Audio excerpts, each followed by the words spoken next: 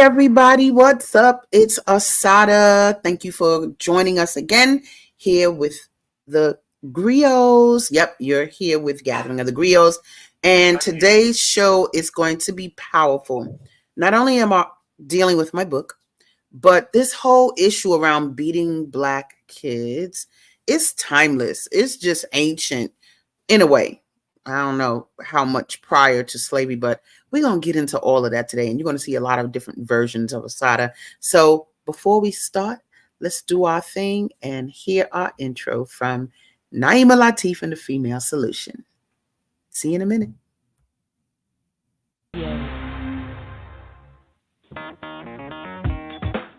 Women have the power to transform this world. We can end crime and violence if we all agree to do one thing: share.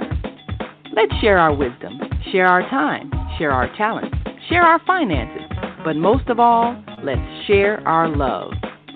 This is the Female Solution. Join me, Naima Latif, every morning, 7 a.m. to 9 a.m. Central Standard Time, as we bring you stimulating discussions about the issues affecting our lives.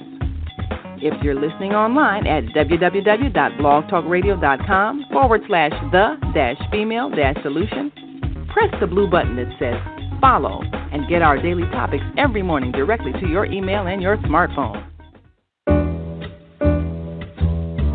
Hi, I'm Naima Latif, executive producer of the Female Solution radio show. We invite you to call in 515-605-9325 and participate in this daily think tank as we examine the challenges we face and develop solutions that restore peace and harmony. We are global transformers, changing the world from the way it is to the way it should be. We are one. Wherever we live on this earth, we are one human family. On behalf of our team of radio hosts, I'd like to extend a greeting to all the members of our family, whenever and wherever you may be listening around the world. To our family in China, Ni Hao. In India, Namaste. In Japan, Konnichiwa. In Korea, Annyeonghaseyo. In Russia, Здравствуйте. In Germany, Guten Tag. In Poland, Dzień dobry. In France, Bonjour. In Spain, Hola. In Italy, Ciao. In Egypt, Ahlan wa sahlan. In Ghana, Akwaba. In Nigeria, Peleo. In South Africa, Sawubona. In Senegal, Nangadef. In Kenya, Jambo. In Israel, Shalom. In Pakistan, Afghanistan, Palestine, and Saudi Arabia, Assalamu alaikum. Greetings, and may peace be upon you all. Join us live on the on-air radio network. Call 727-731-5192. We want to talk to you. All right, guys. So I am not going to waste time today. We are going to get into the nitty-gritty. I will have the phone number continuously at the bottom of the screen, right? Let's do it right now, honey. Because if you hear something I say that strikes a nerve, leave a comment either in writing or call in. I'll be looking to see you guys come on. But yep, I'm going to say a whole bunch of stuff today, but it'll be powerful. So I'm not going to delay not 1 minute. The first thing I'm going to show, it's an interview that I did on something called The Family Couch with Mercedes Samudia. And I like to watch these because it gives you, I like to have other people asking me questions about the book and the whys and what the whole issue of beating Black kids is about and shouldn't be about. But I'm not going to waste another moment. I'm going to let you just dig right in. So let's take a look.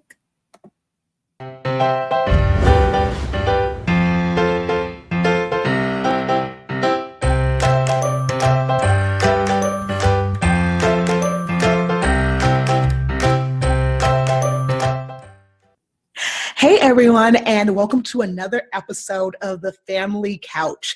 I am so excited to have with us today Assata Kirkland, and she's going to be talking to us about African-American child raising and just in general, her book and everything that she kind of has in her expertise wheelhouse. So welcome to the show, Assata. Thank you. I mean, Azadeh. I knew I was going to mess with you. Assata's good. No, actually, Assata's perfect. Oh, Assata. Okay. Assata. Welcome to the show, and thank you so much for being on. Thank you for having me. It feels really good. Yeah. So can you tell us a little bit about who you are and what you do? Sure. So I'm the author of the book, Beating Black Kids. Beating Black Kids is a book that's been out since 2009. And it is a book about how not to beat our children. Yes. You know, and some people say, well, why Black kids? And I just say, because I'm Black. Like, what are you talking about? That's why I say that. So Right. I'm the author of Beating Black Kids. I'm a mom of a beautiful daughter named Patience, who also has a book series out. She's 13. And I'm the founder of the Soulful Chicago Book Fair, which really helps other authors now bring their books to the stage. And it's just a big old literary world in my world. I love that. And I love that your 13-year-old has her own book series. That is so awesome. That's part of the solution. Like what I'm talking about when I talk to parents about solutions, I have a whole workshop series called Raise Your Skills and Not Your Hands to discipline children. And so skills, I gave my daughter the skill of being a photographer very early. So her book came out when she was 7 years old. And I taught her how to work a 35 millimeter camera, how to compose shots, what depth of field meant in terms of creating angles in your shot. And so her first book series is her photography with her mom's words. And that's what I'm talking about. Not, time out and all that stuff. I'm talking about, no, give them something else. And then you won't have discipline problems. Right. So let's talk a little bit about that, because I came to you to your work through your book. I was looking for just different parenting experts. And interestingly enough, I was looking for parenting experts who were of other cultural identities. So I know that the majority of our parenting experts tend to be European American or white American. And I was like, where are our Black parenting experts? What are they about? And I came across your book and I was so intrigued by the idea of beating Black kids. So can you tell us a little bit about how you came to that book and what research you did or what you did to come to the topic of that book? Sure. Beating Black Kids was, I guess, the catalyst for me writing Beating Black Kids was me having a stroke in 2008 or 2009. Yeah, 2008 into 2009. And someone had to watch myself and my daughter at the time. And my daughter was 5. She was confused, I guess. Her mom is like laid out, not really debilitated, but not her regular self. Mm-hmm. And my daughter ripped up some money. And so the person who was watching us at the time was like, advised me, you probably need to spank her. And I was like, what? Like, spank my child? Like, I really just could not compute because I really admire my daughter. So that made me see maybe I need to address this issue of beating our children. And when I returned to work months after this having the stroke, I mentioned to my coworkers, hey, I think I'm gonna write a book. And when they said what, I said, Beating Black Kids. And the conversations went on and on for 3 hours about their own experiences. Oh, my mom hit me with a spatula. Oh, my dad hit me with a and I was like, well, look at us. We're purging, adults, remembering these instances where we've been beat by our parents. And look, we still have them, and it didn't make us better. So the book came out of that experience. And so I wrote it. It's very short. It's like 97 pages. It's small because I don't want to hear nothing from my people like, oh, it's too big. Nope. You can put it in your back pocket. Yep. And I put a glossary in it so that you can clear any words that you need to clear in the book. Not even big words, but the word right. Right can mean direction. It can mean correct. So it has these definitions in the glossary. So yeah, it's a book that I wrote to help us handle something that's really plaguing us. It's like it sits at the seat of all of our problems as a community. And we won't look at it. Like we don't look at it as a starting point. So anything after that, whether you want to talk about racism and police brutality, all of that comes later. But you have to address the brutality that the kids' experience at home first. Yeah. And, I really resonate with that because I came from a family who believed in spanking. You got popped if you were doing the wrong thing, and anyone in the family was able to give you a spanking if they saw that you were out of line or if they felt like that was the proper disciplinary strategy for that moment. And Right. what I would love for you to talk about is maybe that myth that all Black parents spank, or that myth that Black parents don't want to learn anything else other than spanking, because I feel like that's a common myth in just kind of our society and our understanding of the African-American child raising culture. Sure. One of the things I do experience, and I keep it Black to the degree that it is a sickness for us, in my opinion. I say psychosis. Yeah. We have slavery in our veins. We need some spiritual dialysis. Yeah. On the real, because this behavior of beating our children, when you trace it back, comes from being a slave and being beaten as slaves. And some people will say, they had beatings in Africa.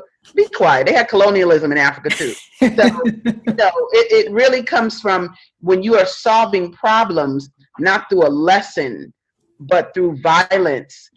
That comes from that experience. Even people, when they say, well, I need to discipline my child, I tell them, you need to look up the word discipline, because when you look it up, and let's go to the etymology of the word, the etymology of discipline comes from the Latin root disciplina, which means to teach. It doesn't mean to hit. And so you need to look at how you want to teach your child, not how you want to hit your child and make a correction through violence. That's not going to work, and you're not going to create what you really want to create. So my message in the book is really not punitive or accusatory. It's to say, if you want a certain type of future, then there's a certain type of child that you need to be creating so that they can be that. I mean, myself, my brother, we were not beat a lot. We weren't spanked a lot. I mean, I got 2 slaps. No, I got 2 spanks and a slap. And we were great kids. My mom was great. But even with those 2 spankings and a slap, there was something underneath it that needed to be addressed. Right. And the fact that it wasn't addressed meant that the family missed something. What was I getting the spankings for?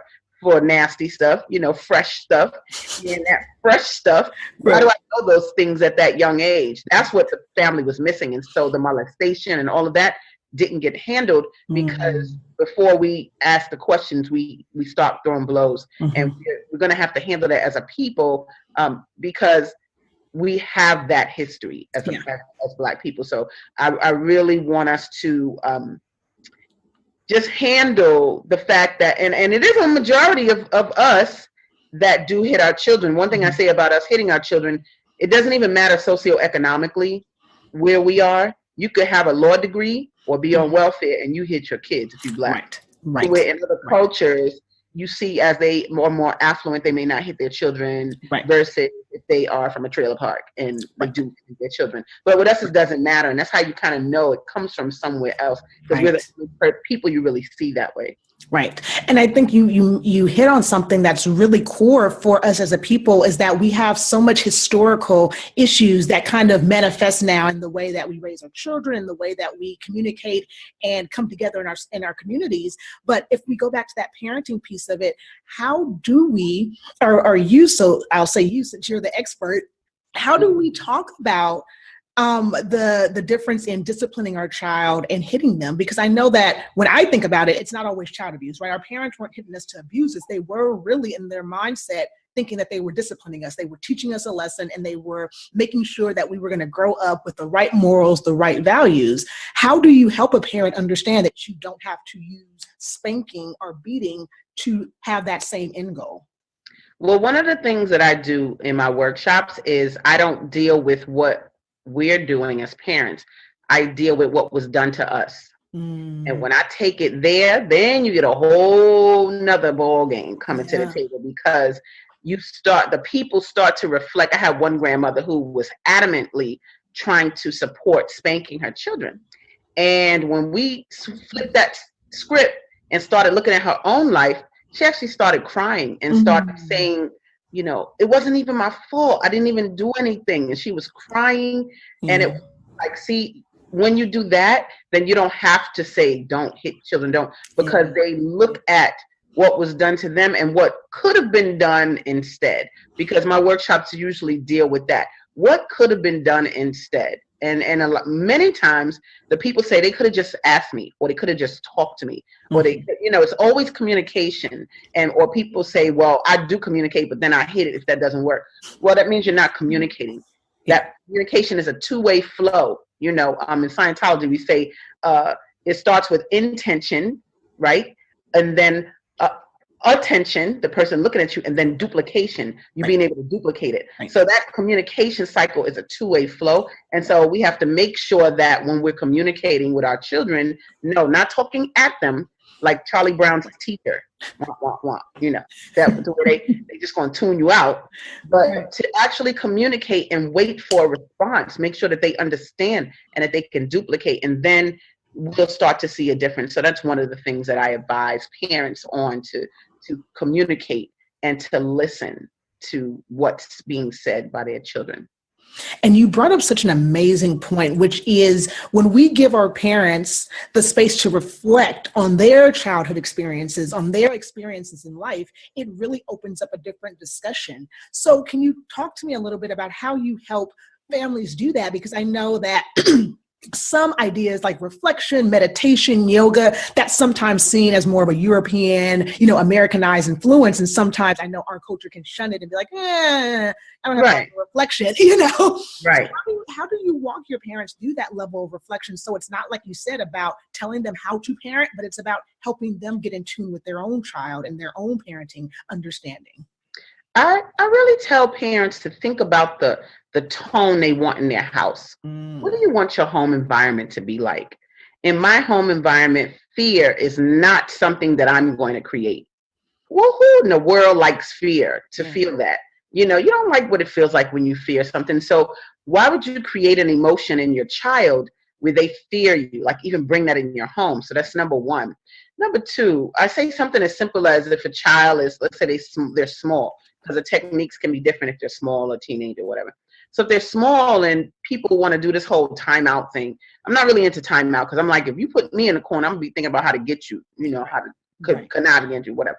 But the reality is, I said, when you do something in life that you need a break from, or you did something wrong, or you actually have to take a break as an adult, you take a break, you might take a vacation, you might need to go to the spa, you might need to do something, but you do something that's going to help repair you.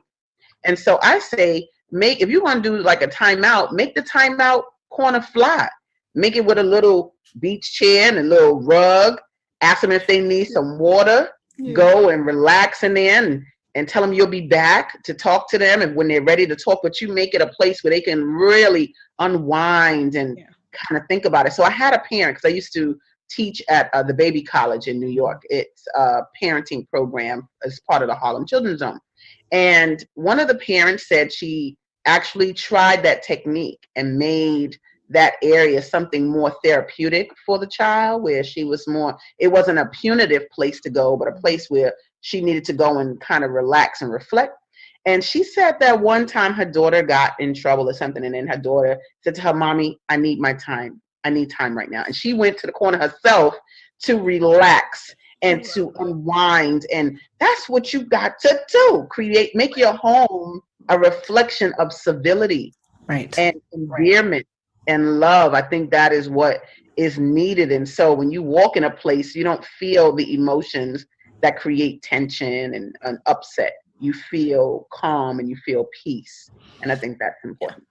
And I love that piece of it, that you're teaching parents how, like you said, to give our kids a therapeutic environment where they actually want to go and reflect. They actually want to go and sit and say, I wonder why I did that behavior. Again, even if a kid is really small, kids can sometimes think, that probably wasn't the best idea in the moment. Like, they can think that. You can see kids, even as little as 3 and 4, to think, "Mommy, I'm sorry." They do that when they have that space to think about what they've done. Now, what I'll ask is this: how do you give that space to parents, or how do you teach parents how to take that space for themselves?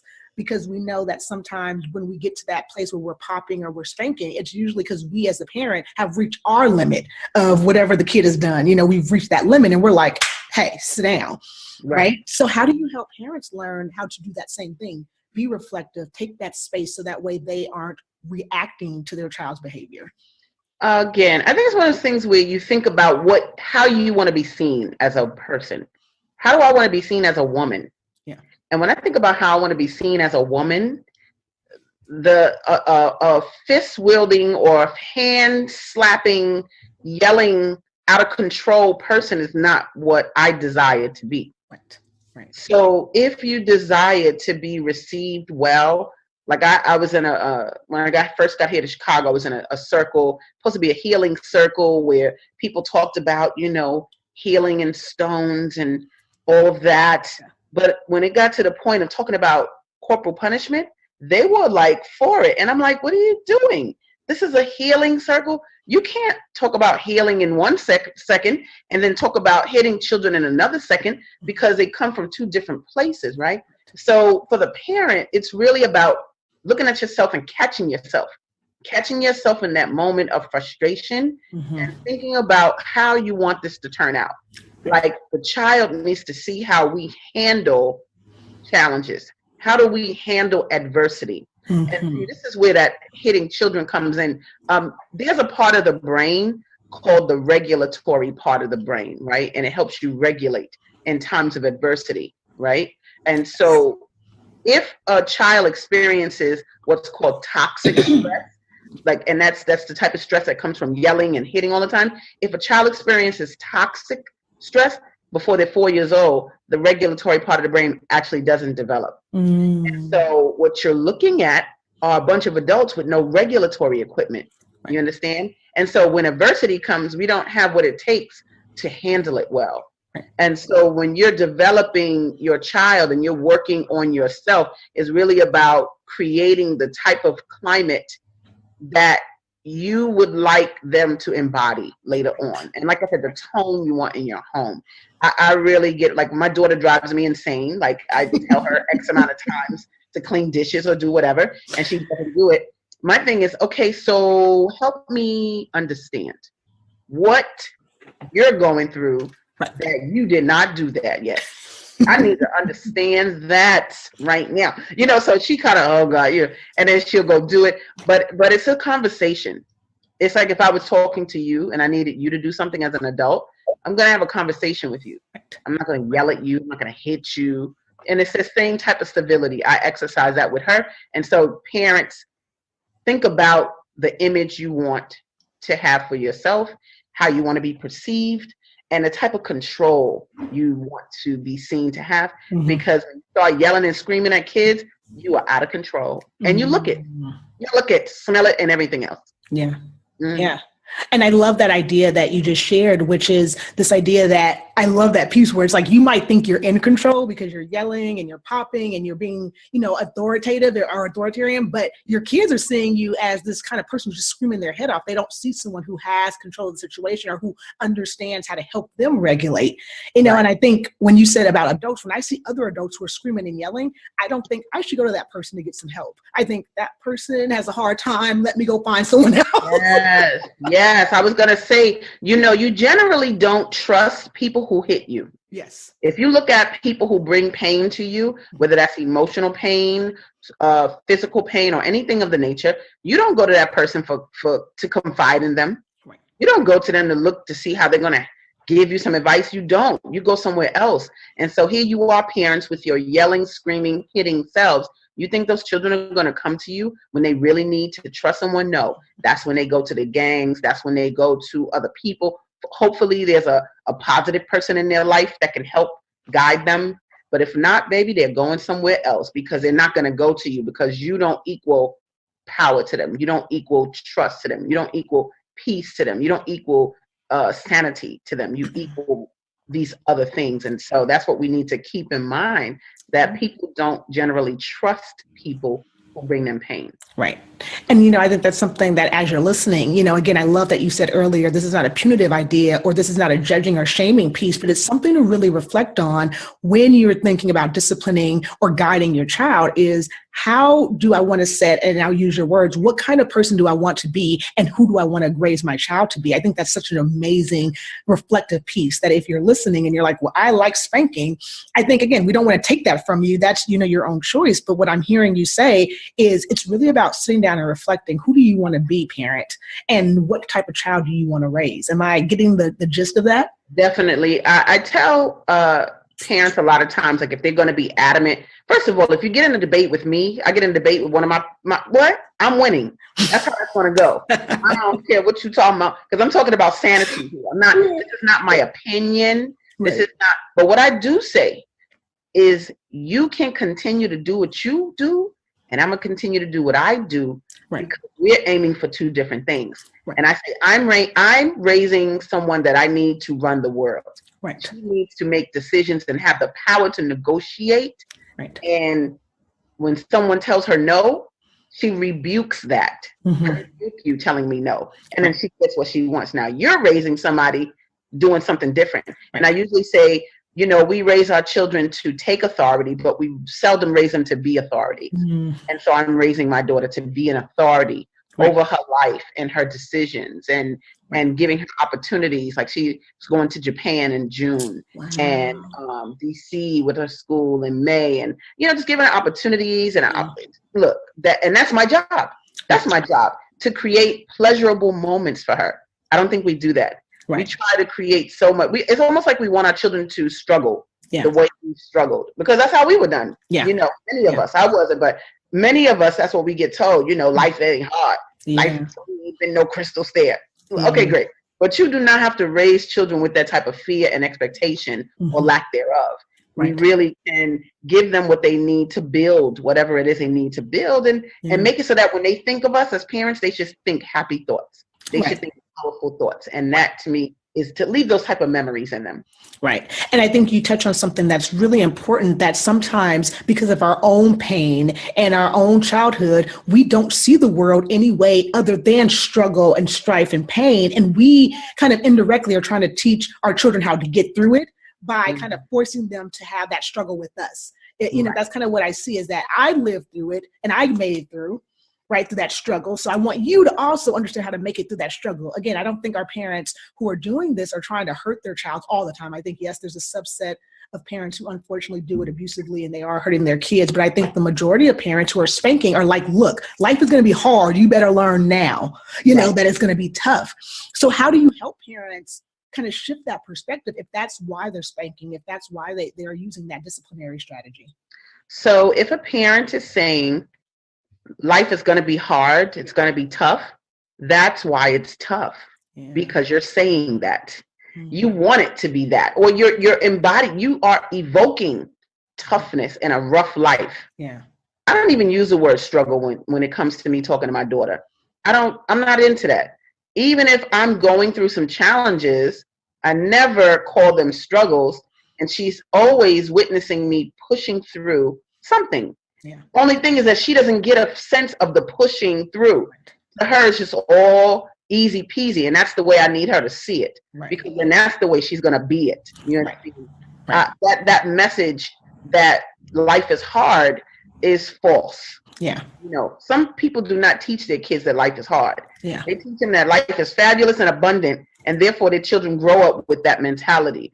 And so for our parents, we have to just shift our own paradigm about what life is and what it can be, and then act accordingly. Because you can say a million things to children, just do it. That's what they're going to learn from. They're going to watch you, and then they're going to do what they see you do. I had a radio show on Tuesday mornings that I did this morning, and I had a company on called Kujichagulia Press. And Kujichagulia in Swahili means self-determination. And they have a whole book series, and the book series was designed after their 4-year-old son. How does he feel with a book series with the main character is him, and he's going through all of these adventures? And that's a whole different ball game right there, when you create something that shows the child in a powerful position. And he's only 4. You know what he's going to be like at 7? So those types of things, you know, we have to work on, and not just turn out fine. You know, we say, well, I got beaten, I turned out fine. I usually say to people, is that what you're aiming for? Fine? No, we need to be aiming for excellent and outstanding. And I have an acronym for FINE. Actually, it's at FINE, stands for failing indefinitely, never emerging. And I want us to emerge. It's been too long. We really need to handle that because turning out fine is not acceptable. Yeah. And I love that piece of it. I'm going to kind of reframe a little bit, because what I hear you saying is that when we teach our children that life is tough, that's how they go into every challenge, every adversity. Like, this is going to be tough, which breeds resentment, which breeds, wanting to quit or wanting to give up.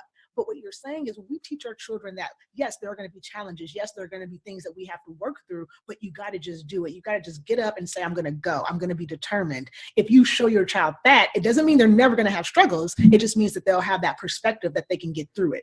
They'll have that perspective that if I keep going, I will eventually succeed. Is that kind of that perspective that you're kind of sharing? Mine is even more hardcore than that. Okay. All right. I'm down. I'm up with perfection. You understand?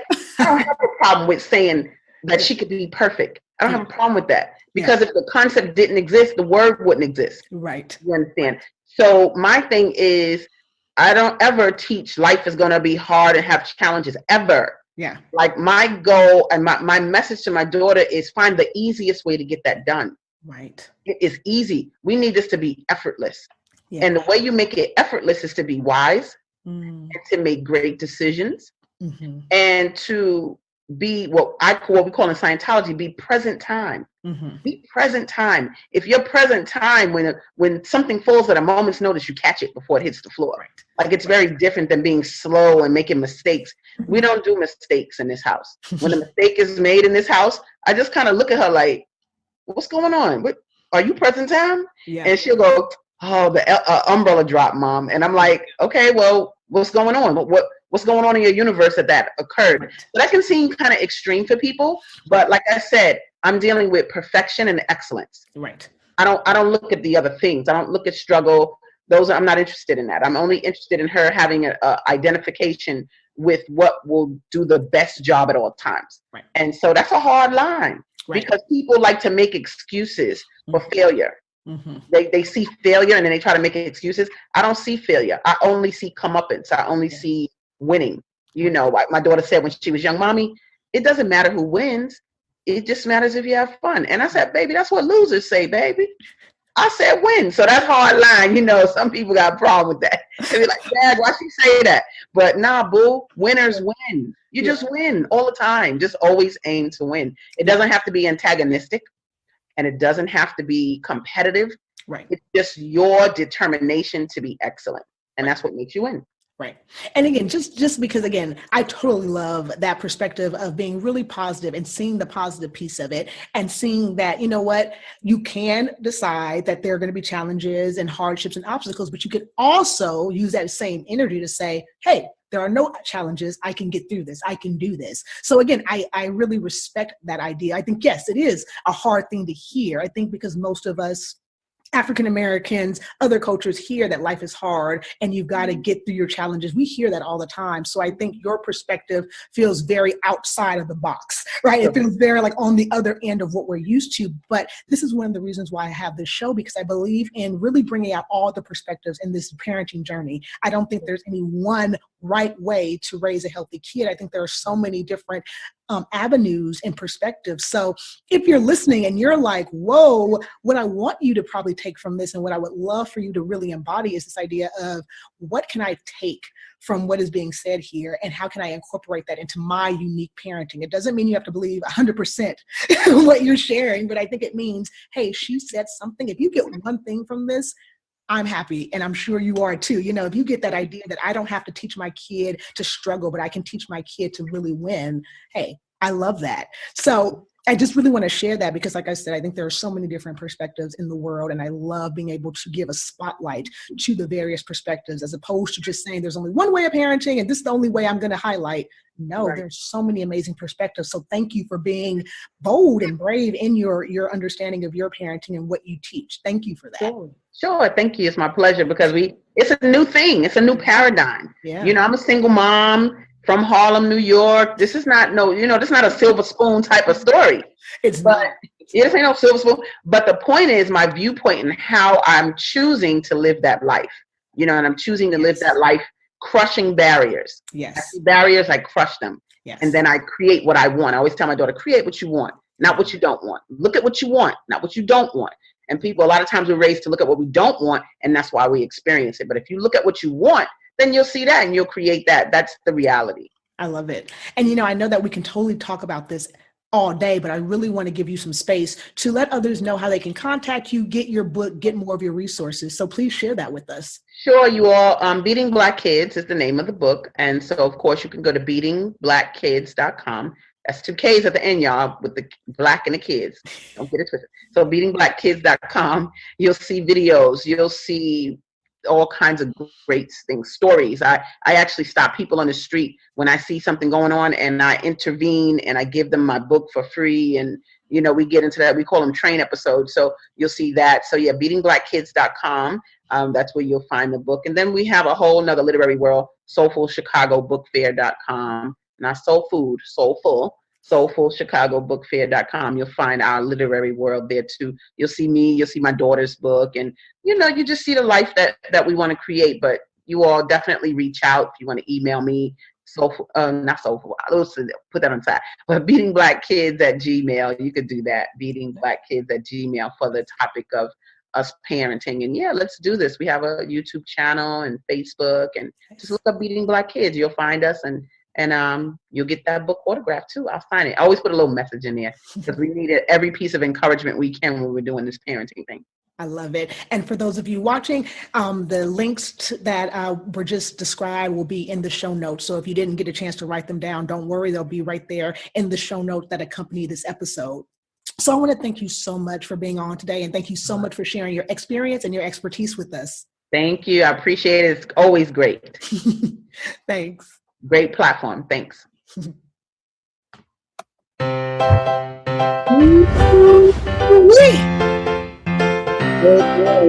Let me get rid of that. Whoa. I was taking notes of myself. We are going to come back. We got a caller. We got comments. It's about to be on. And then I got little notes from that interview, but I want you to call in. I'll put that number back up. That's 727-731-5192. We're going to take a quick commercial break, but when we come back, we're getting into all of that. All right? So stay tuned. Don't go anywhere. Let's see. I lost my phone.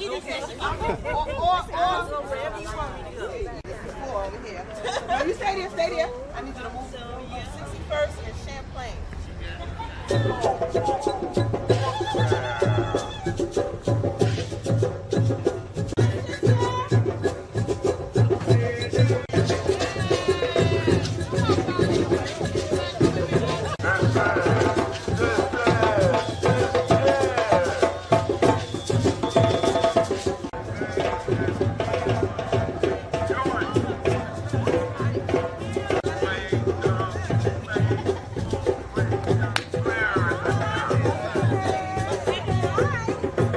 Hey, now.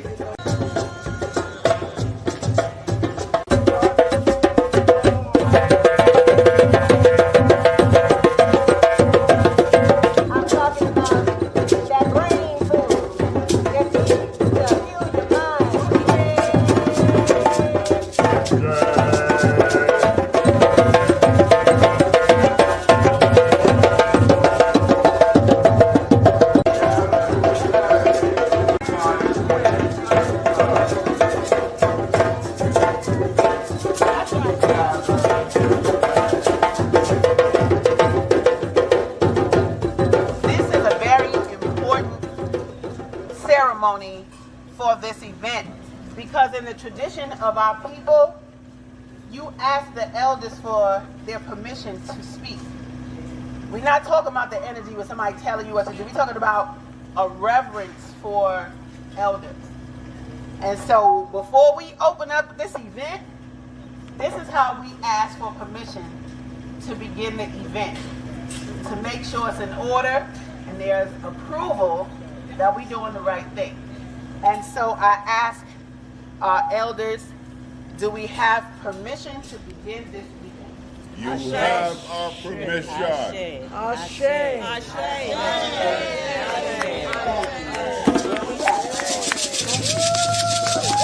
Women right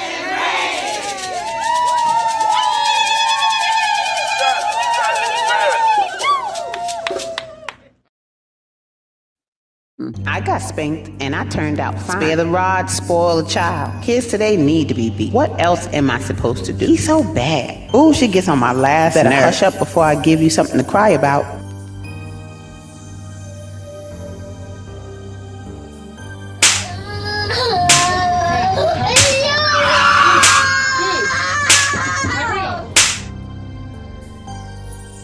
It was important that I write the book, Beating Black Kids. I'm old-fashioned, and I believe, you just can't let a child do anything. I think it's okay, long you don't abuse them. It's needed to a certain point. But what I saw was a collection of adults who were talking about a topic they had never really talked about before. And out came, my mama used to hit me with a spatula. My dad used to hit me with a belt. They used to make me get wet first. They used to put my face in a pillow and then spank me. Like all of these different stories about how we have gotten beaten over time. And while there was a lot of laughter when those stories were being told, I could clearly see that there's a fine line between laughing and crying. And I knew that it was time for me to write a book about handling the situation. And so it's very obvious that this came from being a slave, from a slavery experience. And that whole spare the rod, spoil the child. The shepherd did not beat the sheep with the rod. He guided them with the rod. And so it is just obvious that that came from a slavery experience. And we have to know how to differentiate those things and then just use some discernment in terms of doing what's best for our children and not breaking their spirits. With regards to how we discipline our children, first of all, I always tell people that discipline, if you look at the etymology of the word, it comes from disciplina, which is the Latin root meaning teach. And so when you discipline a child, you are teaching them. But when you use corporal punishment and you hit our children, you're not teaching them anything. They're actually not going to do it again out of fear. They're not doing it out of reason. The frustration that we feel from being powerless in a society and all of the things that come along with that, those issues are not to be taken out on our children when we get home. The definition of domestic violence says bringing harm to someone in your home or hurting someone in your home. So I want us to look at how we beat our offspring and how that's not giving them anything good. It's making them quote unquote obedient, but that's what you make a dog, that's what you make an animal. But when you're dealing with someone of higher intelligence, use their intelligence and start to talk to them in ways that give them power, make them feel supported, listen to their ideas, and it'll just be an easier parenting road for you. There's a part of the brain called the regulatory part of the brain, and that's the part of the brain that helps you make decisions in times of adversity. Well, if they have that toxic stress before they even fall, that part of the brain does not develop. And so you're looking at a community full of people with no regulatory equipment. So we need to be bringing a different generation of people up with a different consciousness. Make sure that the kids feel good and alive while they're living. Don't be upset after they die and after there's all these senseless killings. Let's treat them well while they're living, and then we'll see a different impact.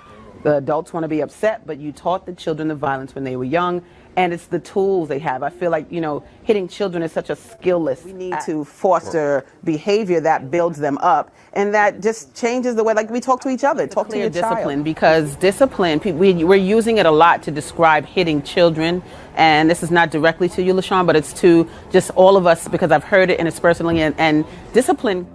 My book is sold in Switzerland, Germany, Tasmania, Nigeria, Sudan, Canada, all over the world. And so people all over the world are telling me, as far as Germany, that my book is making a difference in the lives of the people that other people touch, but also in the lives of many parents and families who now no longer beat their children because they read my book. A lot of people ask me if I'm going to write another book, and I'm not ready to write another book, but what I will say is that there is a high demand for the book in Spanish and in French. My book is not punitive, my book is not accusatory, but there are solutions replete throughout the whole book. It really is just about being engaged with your child. They're not going to become respectful and trustworthy through you telling them and demanding it. They're going to become that way from observing you and then emulating what they see. And so in my parental code of ethics that I wrote, one of my favorite lines is, I will only seek excellence in my child if I am excellent myself. And so that's what I say is the number one key to making sure you have great children is checking yourself.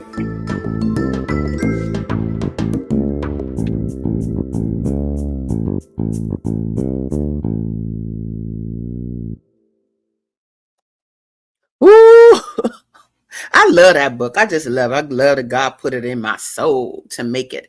And so we got people on the line. Somebody made a comment here, and what the brother say? This says, good morning. Let me put it up so you can read it too. It just says, good morning. We need more Blacks in agriculture here in America. Support farmer. All right, farmer, we gonna support you. I think teaching our children agriculture and just another level of life other than just buying candy from the candy store is good. So thank you for your comment. And we have a caller on 773-253. Say your name, and you in Chicago. I see that prefix. What is your name? And thank you for being on the show. Good morning. This is Auntie Golden. Hi, Auntie Golden. Yeah. Oh, Archie, my booby. Oh man, this sister right here, y'all. She need to write a book. I'm telling you right now. Archie, what's up, Mama? Thank you for calling in. Yes, ma'am. Talk to me, because you say a lot of things throughout a day on this issue on different levels. It is obvious that this issue means something to you, and why? What's up? What was surprising to me about this, beating Black kids is how many Black people are so resistant to the idea that Black children can be reared without you turning savage on them or medieval. I mean, it's almost like an expected thing. To just, you mean to tell me you don't hit your children? They're going to grow up to be this or grow up to be that. And, when you suggest that it's a mean thing, it's really a mean thing. It's not a love thing. When you hit or strike a child with an ironing cord or a TV cord, or are you leaving these marks on their beautiful Black skin? I mean, there's nothing loving about that. We need to change what loving is. Yes. In Black culture. Absolutely. Nothing. You could keep going, girl. Come on. When you think about it, it's like once you hit a part of your flesh, because your child is a part of your flesh. Once you hit your flesh with a weapon, which is a belt or any of those other things that people use, it's a weapon. You're picking up a weapon against somebody that you brought into the world. And I just don't understand, and people need to make it make sense for me, because it just doesn't make sense for me. Man, that's right. So, yeah. Thank you. I saw some horrible traumas in my own family, and and what it does to the other siblings, if you're beating one sibling into unconsciousness, I mean, what do you think that's doing to the surrounding siblings that are sitting there having to listen to the yells or the screams of their sibling? Exactly.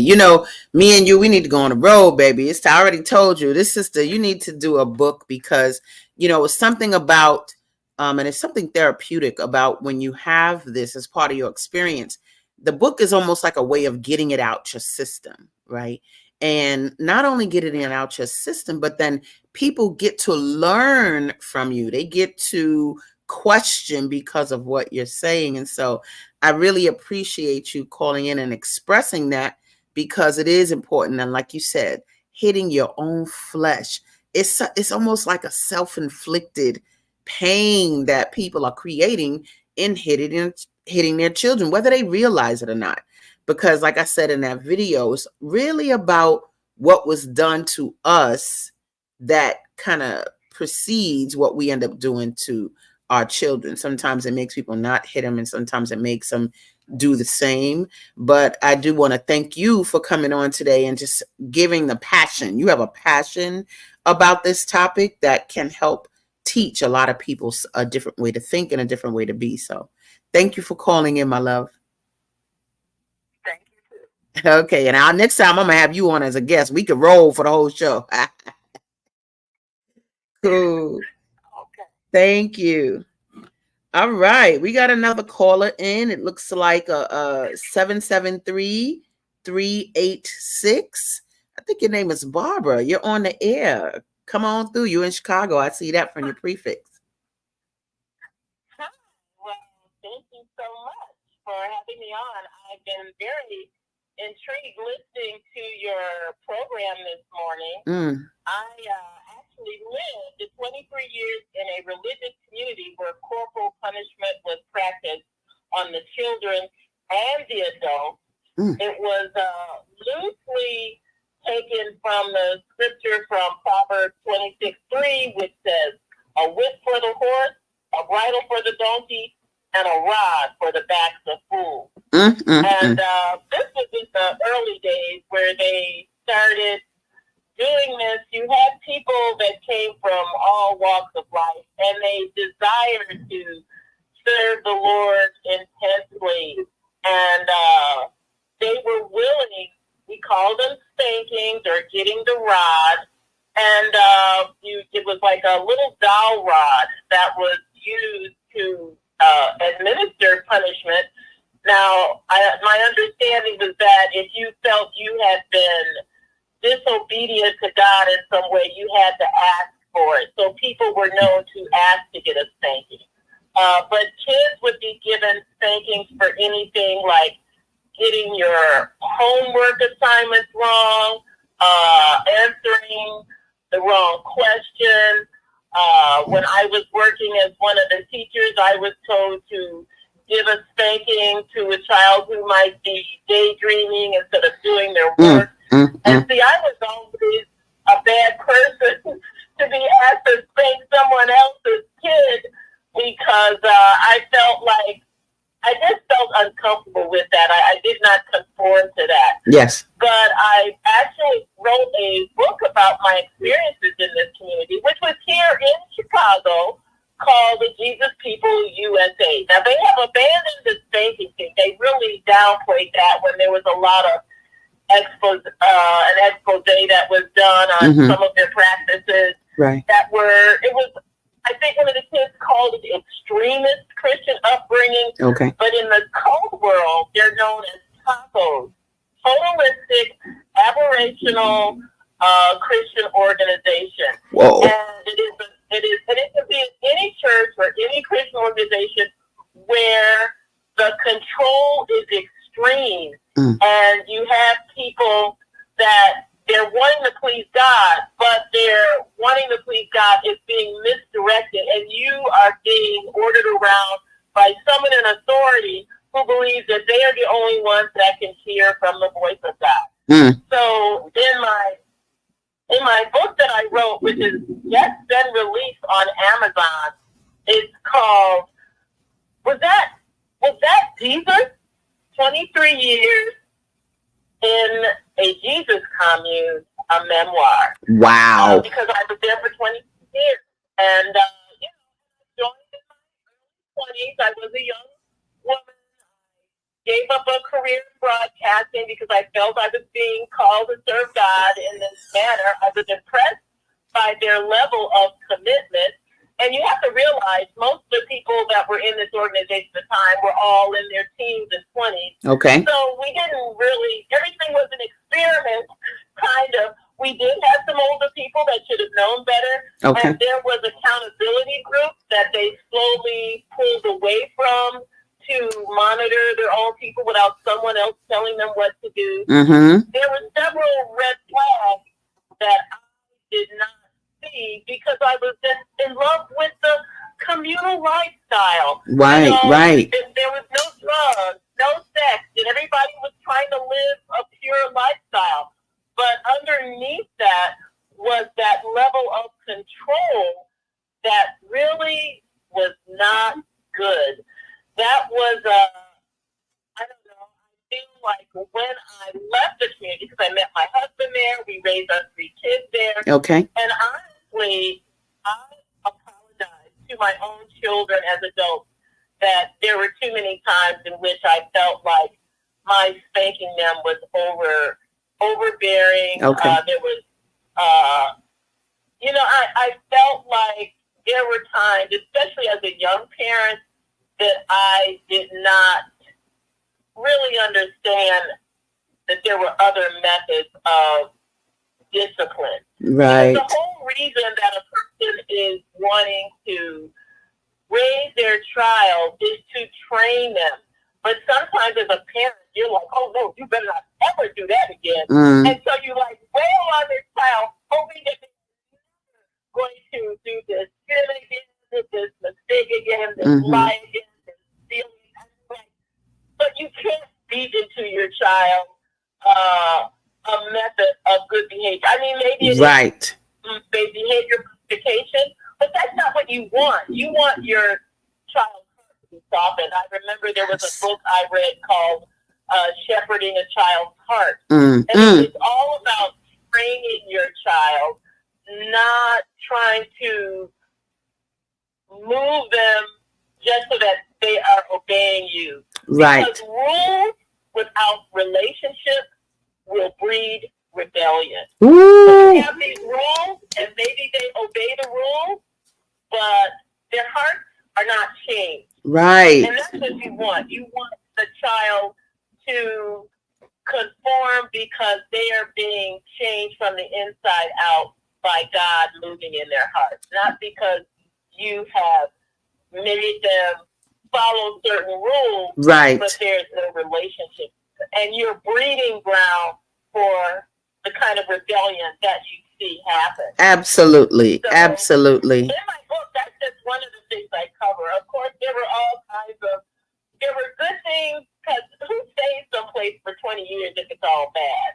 Right. There were good things, but I think what happened is that you got sucked in by the good, and then the bad stuff cured from you until you started seeing that the toxic atmosphere was affecting you negatively. Wow. Wow. Can you do me a favor? Are you watching this, or are you just listening to this? I'm just listening right now. Okay, because I would love for you to type your, like, you can either go to YouTube or you can go to my Facebook page and type in your book title. I would love that. I would love for people to be able to see that, and you put a link where people could buy it. And I'd love to talk to you more actually after this. Who knows, girl? I'm into books. Yeah. We gonna get this thing going. Look, you talk. The thing that would amaze you is that I succumb to that kind of treatment. You hear that? And people don't realize how easily they are snared, how easily they are brainwashed. Wow. Because you go in with a pure heart. You yes. Really do. Right. I hear you. You go in wanting to do right, wanting to do good, wanting to please God, and you are suddenly snared into submission. I remember there was a friend of mine who was like my buddy. You can never oversubmit. And you don't recognize safe boundaries. Safe boundaries. Girl, I think we need to take this on the road. You and I can actually sit and look. We need to sit down and look at, okay, because this is very important, because I do get confronted by a Christian population that strongly says we should hit our children. And of course, they give Proverbs, spare the rod, spoil the child. And like I said in this past video, what you talking about? You talking about the shepherd's rod? Because the shepherd did not beat the sheep with the rod. He guided the sheep with the rod and kept them together and didn't let them stray. So where did your description of the rod come from? Oh, slavery, duh. So I mean, I need us to really look at that. It was advantageous to couple violence and quote unquote this discipline with religion, because as a people, we spiritual. That's just the bottom line. We look for spiritual everything that works, and that is who we are.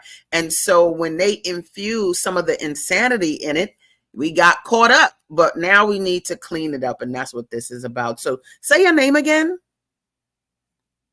Yes.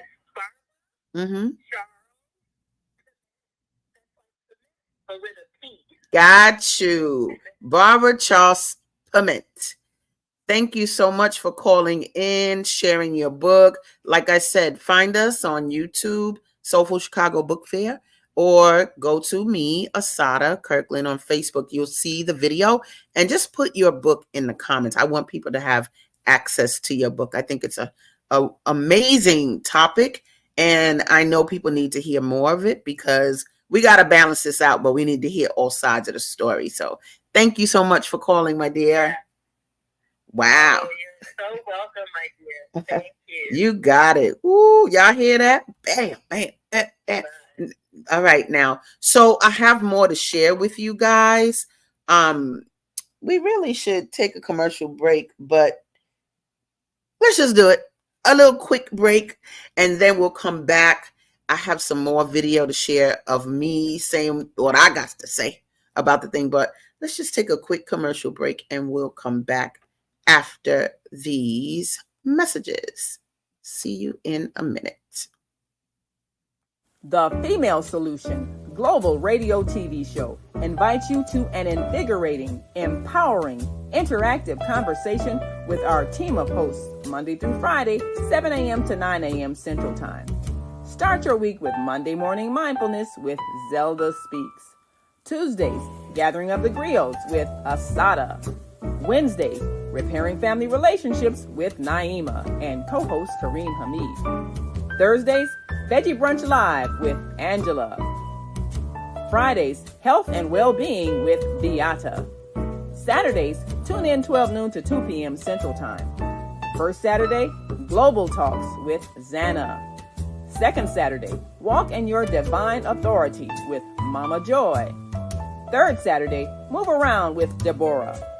Fourth Saturday, be a judge on the virtual Teens, Tweens, and Tots Talent Contest. And fifth Saturday, join us on location as we conversate at the Elevate Cafe, owner Jackie Brooks. Sundays, join us 7 p.m. to 9 p.m. Central Time for Soul Purpose Healing with Beata. Go to thefemalesolution.com to join us on our video or audio live streaming platforms. Listen at www.blogtalkradio.com/the-female-solution. Call in on the Blog Talk Radio Network 515-605-9325 or call in and comment on the On-Air Radio Network 727-731-5192. We want to hear from you.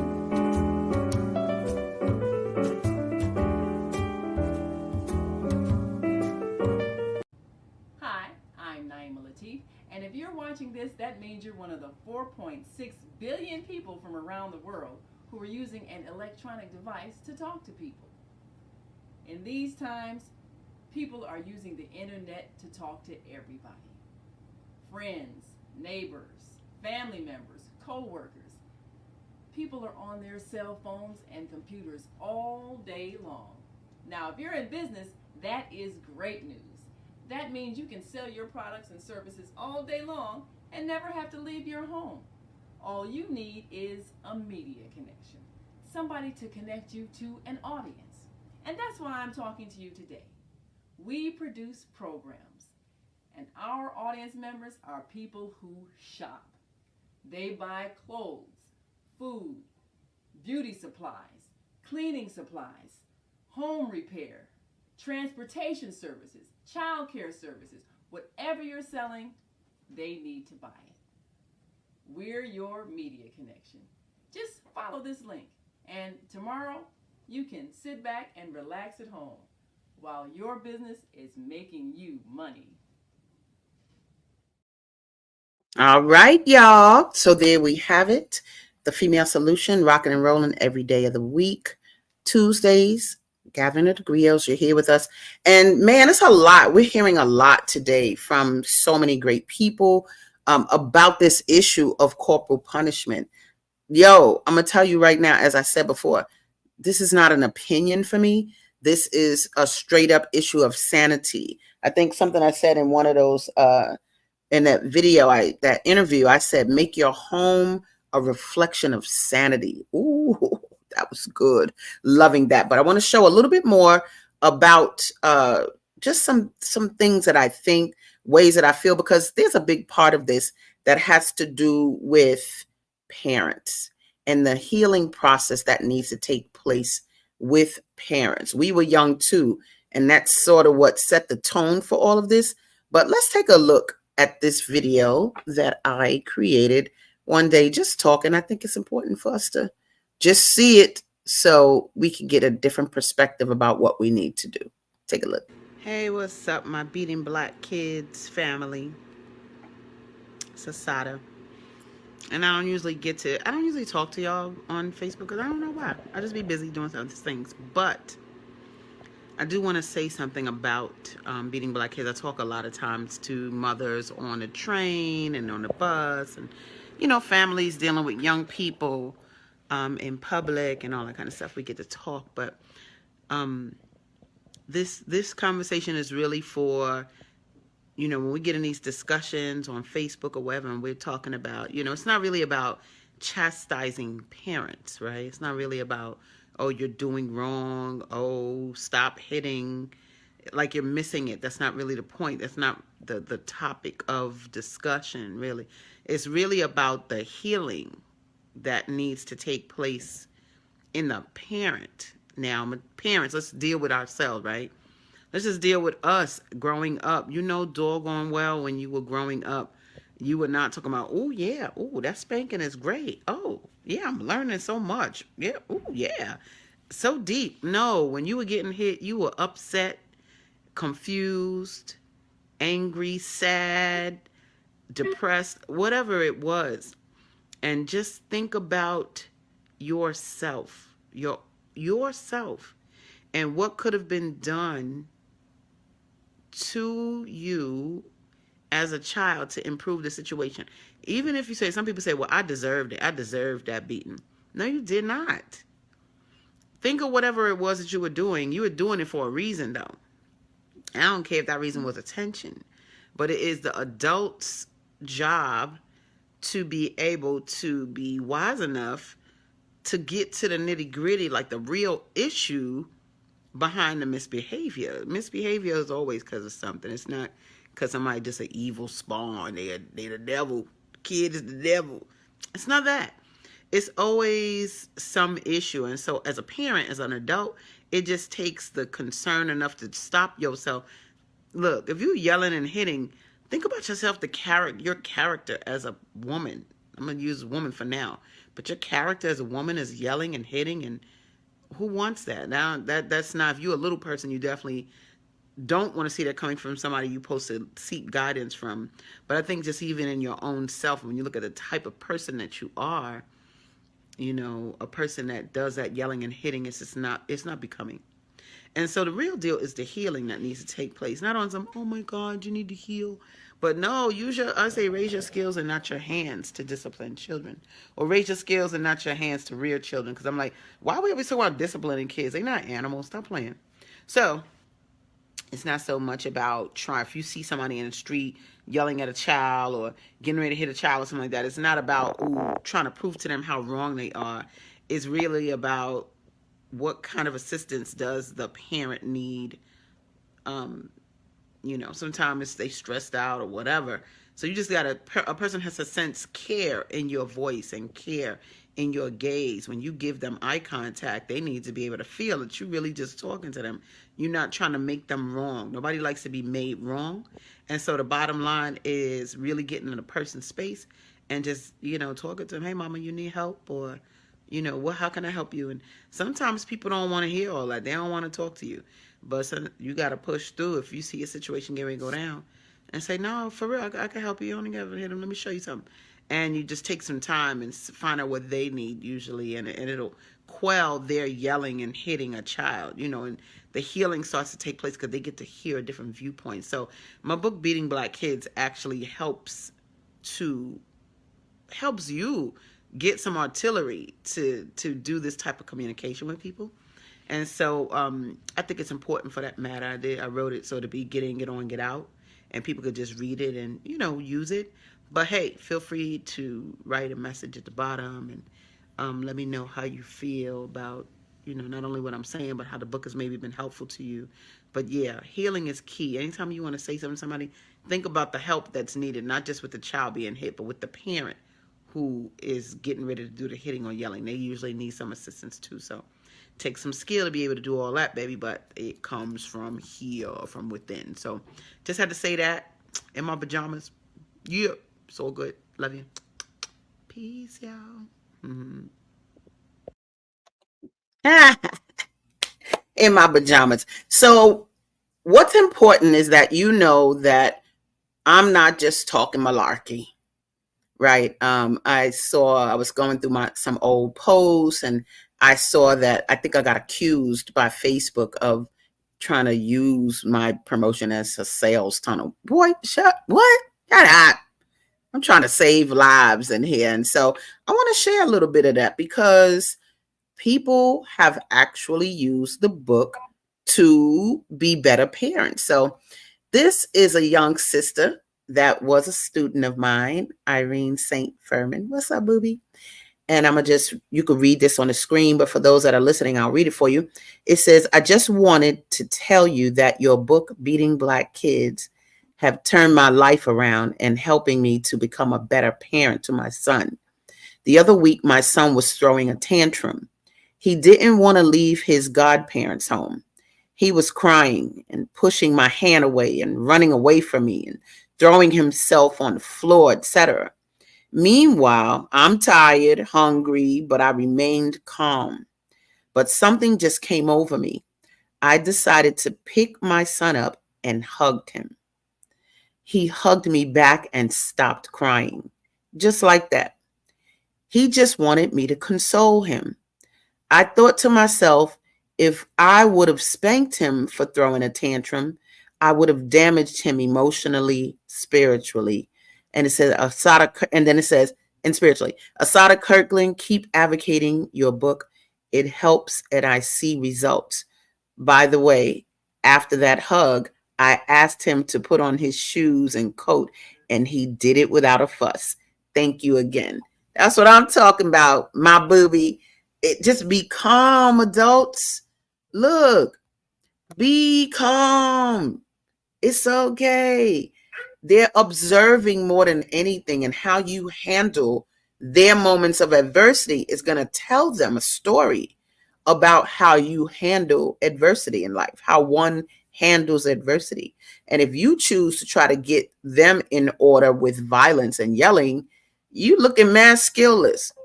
And you're going to create resentment, upset. It manifests in different ways for different people.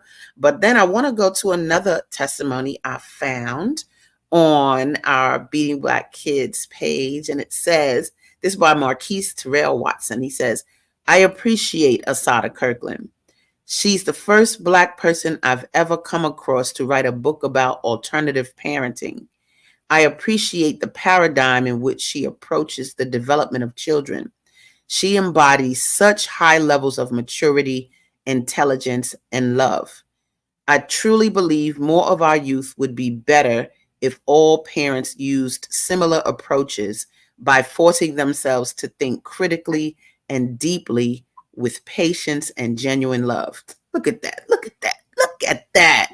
Then he said, support Black business, beatingblackkids.com. Look at that. That's what I'm talking about.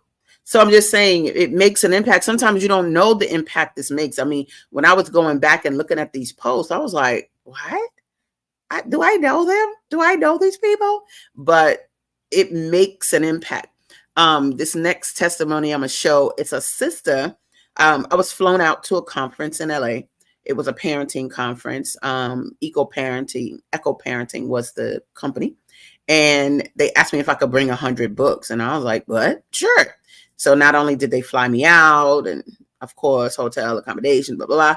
Yo, I could have had 100 more books. People were there like bugging, buying 5 at a time, talking about they use my videos online. And I was like, what are they talking about? But anyway, I was very happy about that. But yeah, this sister here, Laverne Hotep, it says, this book appeared at the perfect time as my organization grappled with this issue. Asada helped me make it clear.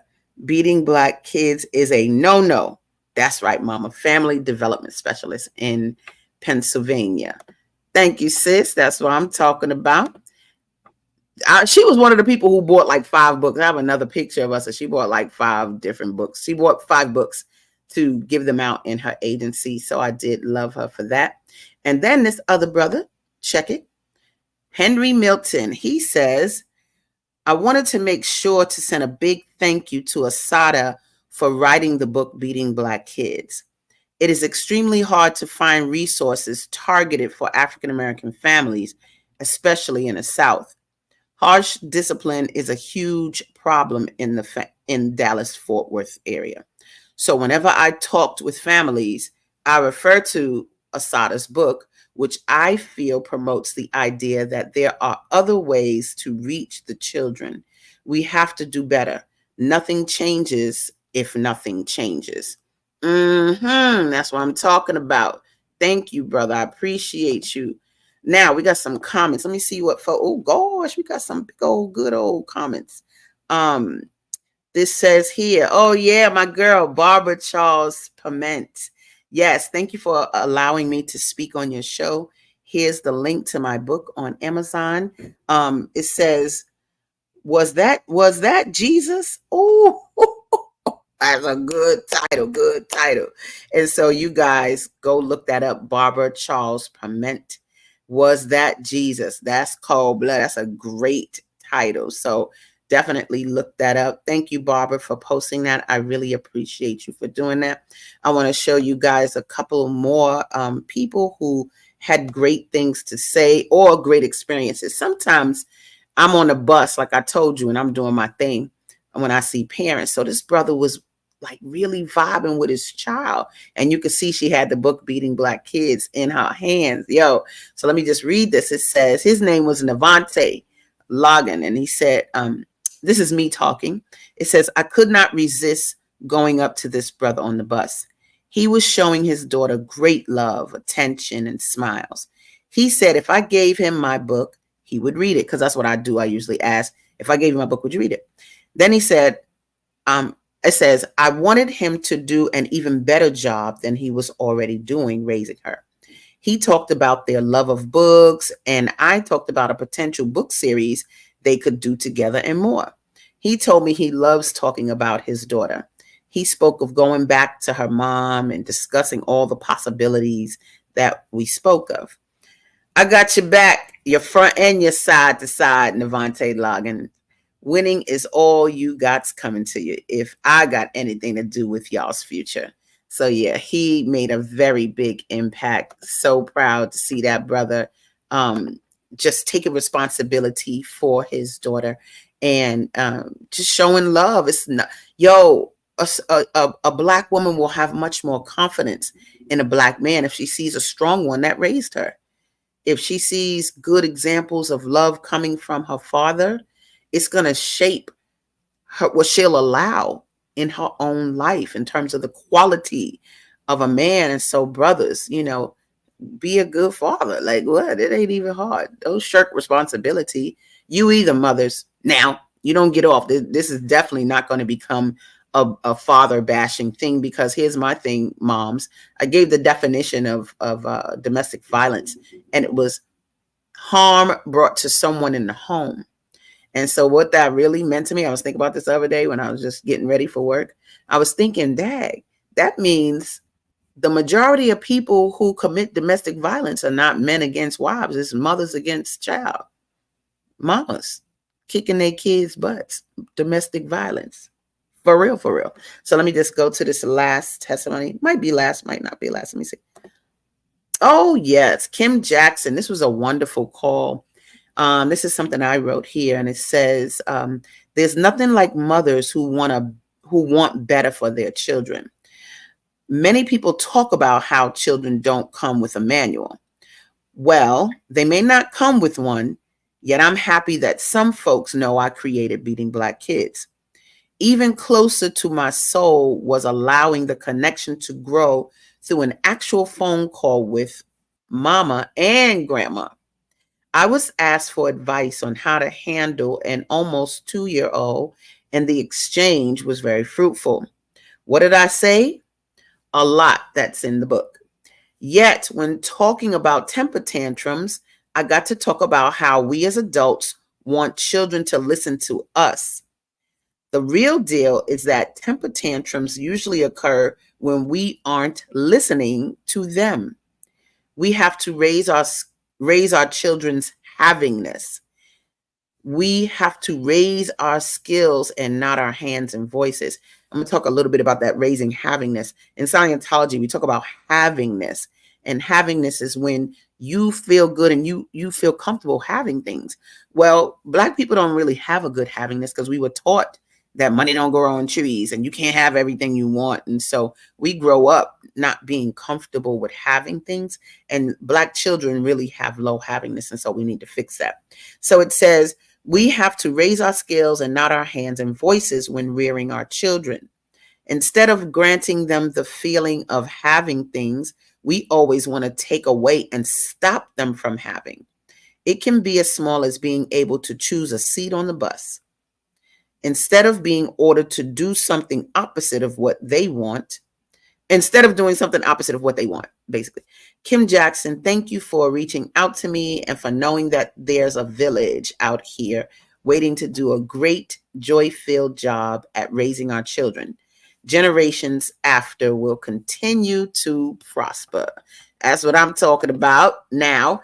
Literally got a phone call saying, yo, can you help? Can you give some advice? So that's what this is really about. So you got the that's the number on the bottom for you to call in to the show. But I'm gonna put just the website here as well, so you can see that, beatingblackkids.com. You can contact me through that as well.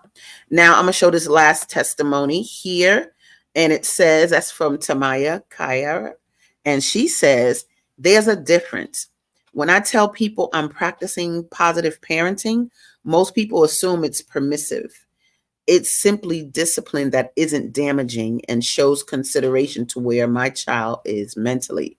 The book Beating Black Kids by Asada helped me a lot, plus having a relationship with Jehovah. Look at that. Look at that. Look at that. Look at that. Thank you, sister.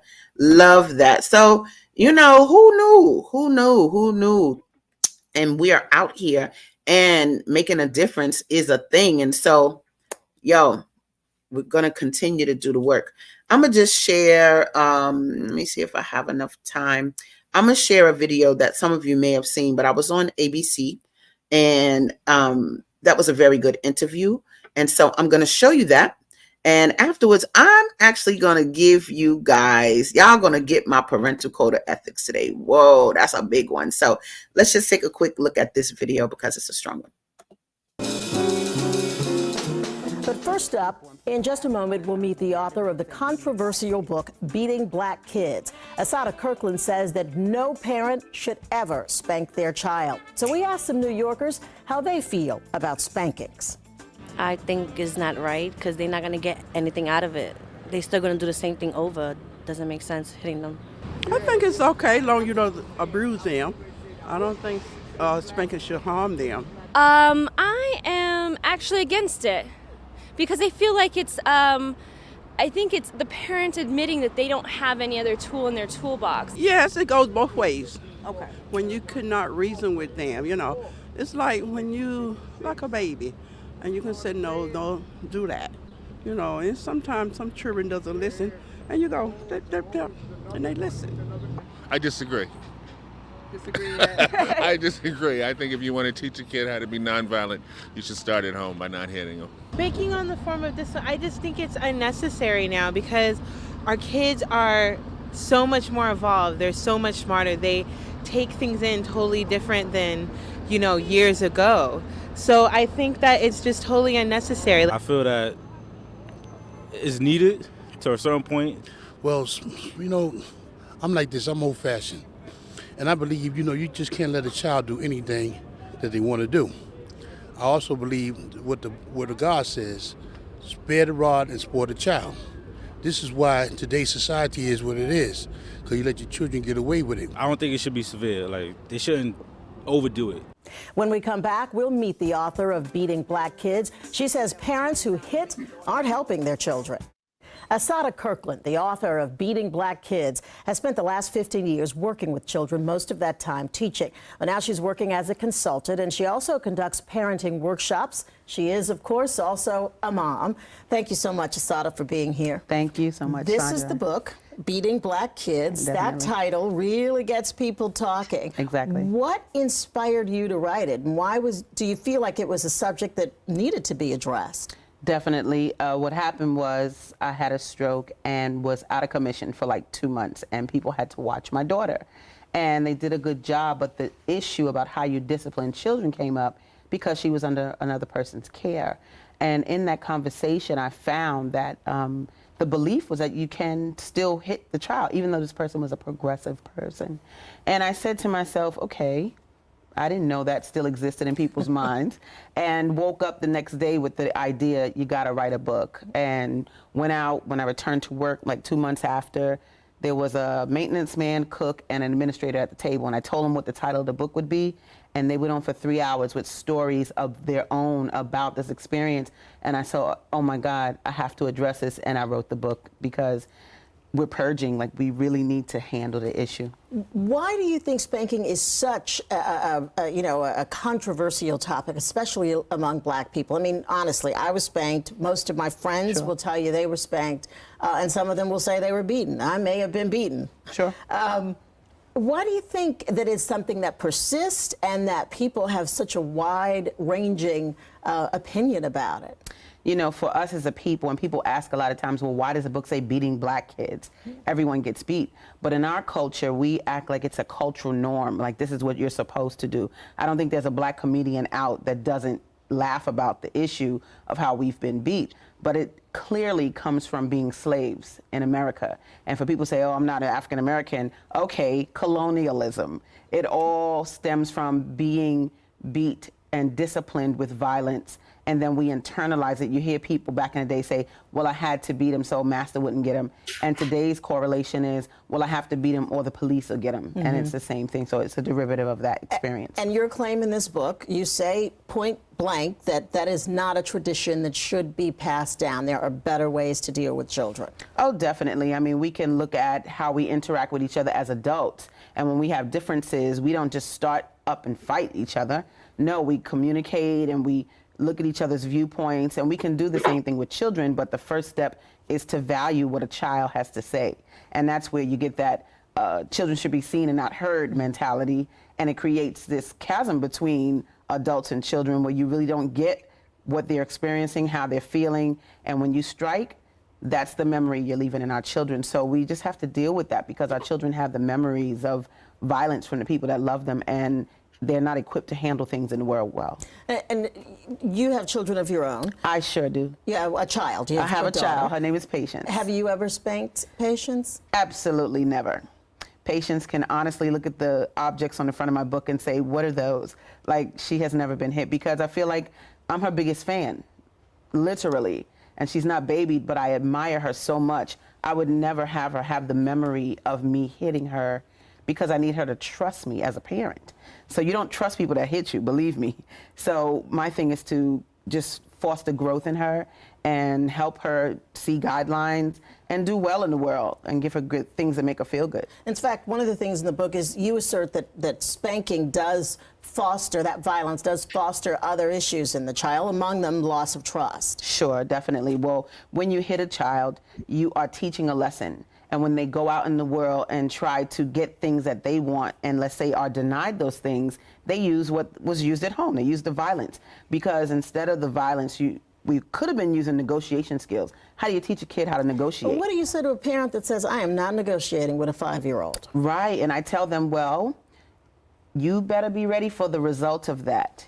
Because what you're doing is you're making this child, you're not preparing them for the skill that they need to negotiate. And I'm talking about even negotiate a salary. So what do you think the result, what's your assertion that the result will be of a parent that says, no, I'm going to spank her bottom, I'm not negotiating with her, and that's the way I'm handling it? What is it you believe the parent will likely see down the road? Down the road, it manifests in a lot of different ways because every child is different. But you get a child who may not express everything they want to express out of fear. They feel like they can't trust the person across from them who you want the parent should be who they trust first. But you get a child who doesn't know how to express themselves fully. And I'm not saying this is not theory, this is actuality. I had a grown man, he had to be about 6'5", talk about his fear of speaking in front of people because when he was little, the way he would get spanked, whipped, popped, whatever you want to call it, it's all the same thing. It made him go in. So he became introverted. He yeah, and now as a big grown man, he doesn't have the confidence to speak up. Yeah. Do you think that happens, that you see some of that in school fighting? When kids are fighting at school, they're expressing them, they're doing at school what's been done to them. Well, and that's the only way they need to communicate. It's the communication they know. You know, it's really not a big thought around, oh, this is all I know, but they don't know anything else. So when you want something and you can't get it, you strike out. Or if you don't want to hear it, you strike out. It's the lesson we teach, as opposed to teaching something that is empowering or some other skill that really boosts their self-esteem. And I tell adults, if you have to hit a child to discipline them, then you need to get your skills up. One of the other things that I liked about the book is you talk to experts, you hear from experts in handling situations. You also hear people's stories about how they were spanked. And then what I found just really interesting, this list of objects of things that people have been beaten with. Sure. Why include that? I mean, I have to put these glasses on and read some of those, these things to you. Hands, feet, vacuum cleaner cords, spatula, hot spatula, wire hangers, shoes, trophies, telephone, Hot Wheels track. Why include this list in the book? You know, as I interviewed people for the book, they voluntarily told me the things that they were beat with. And I still get people telling me, you forgot to put the clog shoe. You forgot to put, I could do one book on just objects alone, but I wanted the chapter to be just a list because I don't have much to say about it. Because when you read that list, it is outrageous that we hit our children with those things and that we've adopted the habit of hitting the people we love with these particular objects. So I put it in there like that because I needed to really hit home. When you see trophies and a phone, and can you imagine being hit with a phone or hit with a big metal trophy, things like that, we have to get that together because we're leaving marks in our children. Now, we said before that people have questioned why you said beating black kids specifically on the topic. You're African American, so in part I could understand you're wanting to speak to your people. But is it, do you feel, a bigger issue among black people, people of color, than others? It's a bigger issue for black people primarily because we use it as sort of our shield. We want our kids to fear us. It's sort of like not having power in the real world. We exert power over our children. And other races don't really have that phenomenon. I don't care where they come from. They may not speak English, but they will open up a restaurant or open up a newsstand or whatever, and they have these different systems in place that build the family up. But we don't have that in place. So when people say to you, well, I got beaten, I got spanked as a child, and I turned out okay. Yeah, they say that, and I say, no, you didn't. And I often say, well, we're products of lynching also, and what does that mean? You understand, violence didn't create anything good in us. It left a lot of bad memories in us, and I can talk to several adults today that talk about how getting hit by their parents or aunts affected them or their inability as adults. Now, you have a parental code of ethics. Yes. That you suggest to parenting. It's a list of things, and one of them in particular is that people need to find essentially another way of discipline, another discipline solution. Sure. What are some of those other ways? You said negotiate with the child. Right. I think one of the biggest things is to be engaged. And if you don't know what the word, if they don't know what the word, look that up, please, because that's very important. If you're engaged with a child, like if he's playing video games all day and you have a complaint about that, my question would be, well, have you played yet? What level are you on? You know, a lot of my students will say, Miss K, do you have Facebook? And I go, I have more friends than you, my dear. And it's sort of like you get in their world and you become interesting. I think one of the biggest problems is that a lot of adults are boring, and we need to kind of look back to when we were children. Were the adults interesting? No, they're just like adults. So you have to get in their world a little bit and get engaged and really get them interested in what you have to say, or else you will sound like the Charlie Brown teacher, womp, womp, womp, you know, just boring everybody to death. But it sounds to me what you're really hoping to do here is to get people to think but to also get them to have a conversation about this issue. You've I think, have some ads in Harlem, Right. Essentially calling people's attention to the issue. Definitely. There are trash cans that line Harlem in different places, and I chose to get the book publicized on those trash cans because it's 24 hours, it's unconventional, it makes people say, what is that? And I have taped people's reactions to those trash cans, and I just want it to be in the middle of the Black community so they can really see it and feel it and talk about it. And I want us to go beyond talking about it, but to implement what's in the book, because it's a book where things can be implemented. And I put those little keys next to every solution so that people can actually see. And it's not really like a doing this, like put them in the corner, never that. But one of the points I love on the Parental Code of Ethics is I will only seek excellence in my child if I am excellent myself. That to me just says it all. Like, stop wanting things in them if you are not exemplary of those things. That does sound like words to parent by. I love it. Asada Kirkland, thank you so much for being with us. The book is eminently readable. I did mark pages, and I am planning to send a copy of this to my mother. I love it. Thank you. It's never too late. Thank you so much. Thank Get them. Yay. So we are going to go to a quick commercial break, but when we come back, we're going to get into those parental code of ethics because they're so important, and I'm loving sharing them with you. So stay tuned. We'll be back right after these messages. Heart of the soulful Chicago Book Fair comes the Soulful Book Fair Foundation. The Soulful Book Fair Foundation provides programming, training, and literary opportunities for Black-themed writers and their readers, while increasing exposure and access to culturally relevant literature in Black communities. The Soulful Book Fair Foundation is built on 4 pillars. Enhance the Black literary marketplace, bolster training and marketing for Black writers, archive Black stories and literary experiences, and foster writing and telling of stories through Black youth. Our signature book fairs have showcased over 350 authors. Still, there are not enough opportunities for Black writers to promote their work. The Soulful Book Fair Foundation helps to enhance the Black literary marketplace and provide avenues for authors to gain exposure and sell their books.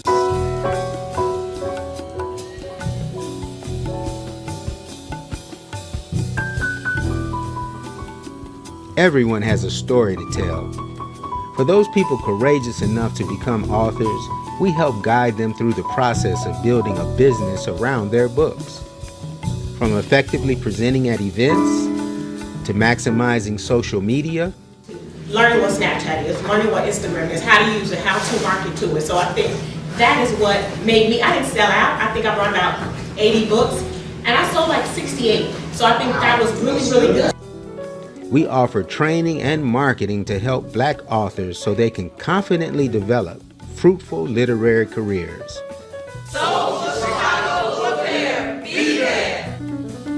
Understanding the past allows one to map out the future. We preserve the stories behind the storytelling of activists, writers, leaders, and youth in the Black community through state-of-the-art videography, produced by the media partner of the Soulful Book Fair Foundation, OM Productions International.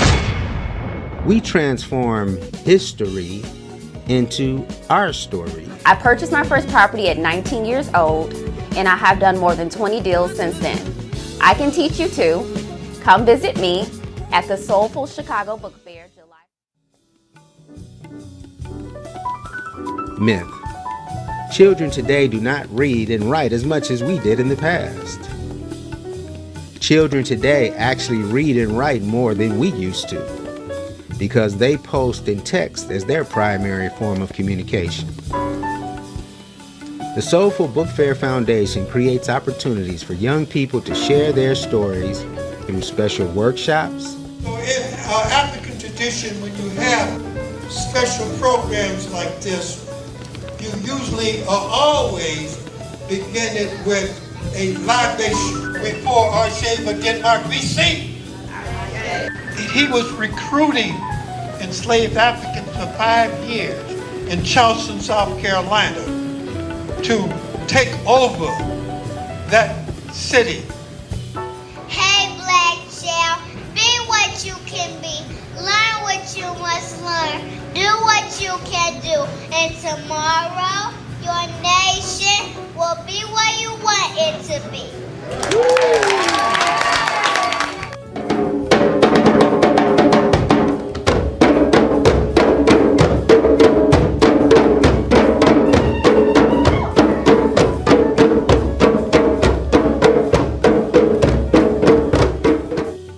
I'm speaking the truth, but you call me a radical. You don't want to hear it? Send yourself on a sabbatical. Look at your history. Our labor here was never contractual. The Tenure D Black Essay Contest provides opportunities for young people from grades 4 through 12 to win prizes for sharing their family histories. My great-grandmother was born July 27th of 1934 in Mississippi. She moved to Chicago in her early 20s because there was much more broad racism in the southern regions of the U.S. The Tenure D Black Essay Contest validates their young thoughts and creates a platform for their ideas to be taken seriously. We believe that our children would read more if what they read reflected more of who they are. Why not help them be the authors of their own experience? Well, I started writing things in my journal, and then I started taking writing classes, and I realized I can put the things that go on in my life into my books, so I put my journal and I put them into my book. On these 4 pillars, enhancing the Black literary marketplace, bolstering training and marketing for Black writers, archiving Black stories and literary experiences, and fostering writing and the telling of stories through Black youth, the Soulful Book Fair Foundation is building a literary movement for the ages that is amplifying the voices of Black authors, poets, and even composers, and creating opportunities for them to share their unique perspectives with millions of literary fans across the city and across the world.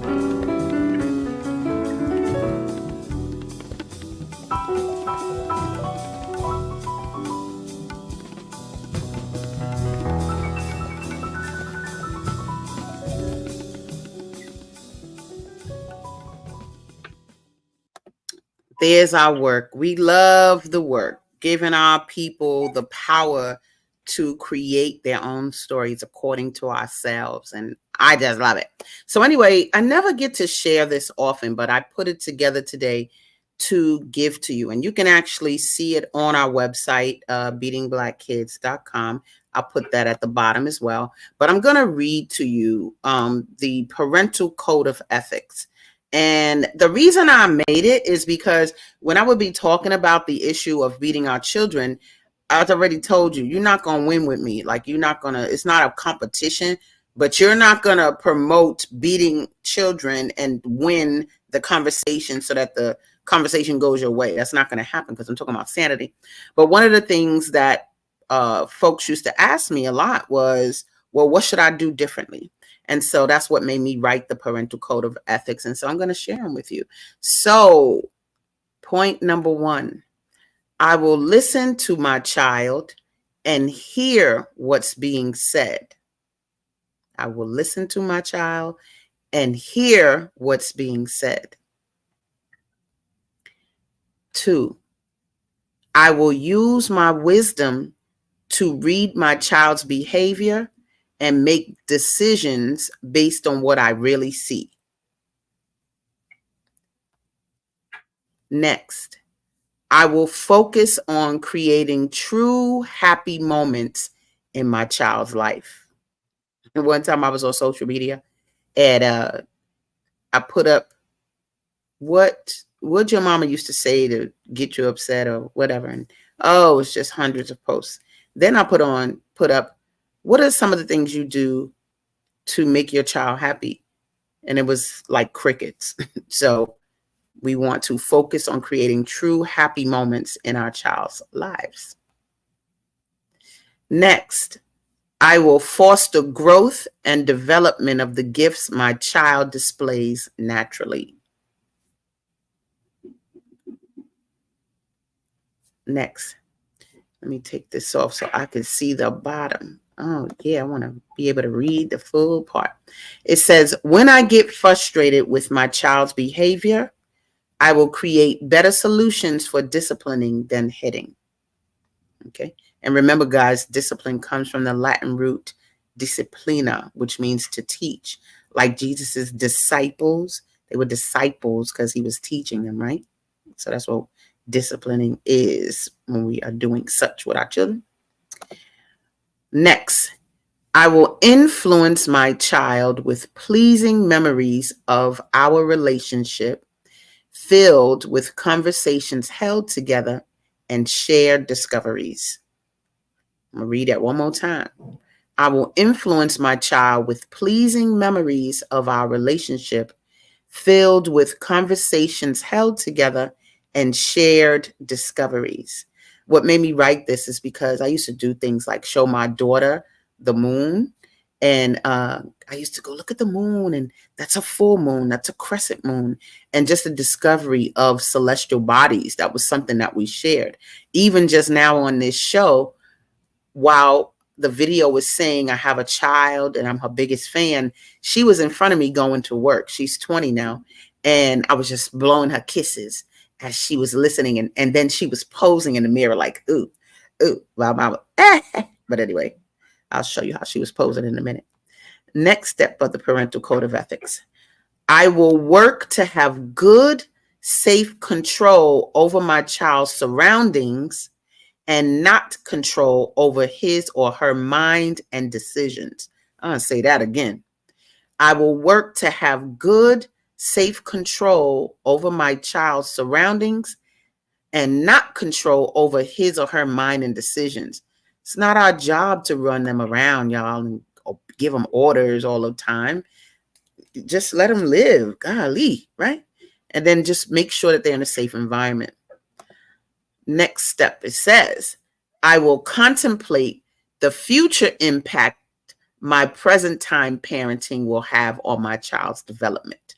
Okay, the future impact my present time parenting will have on my child's development.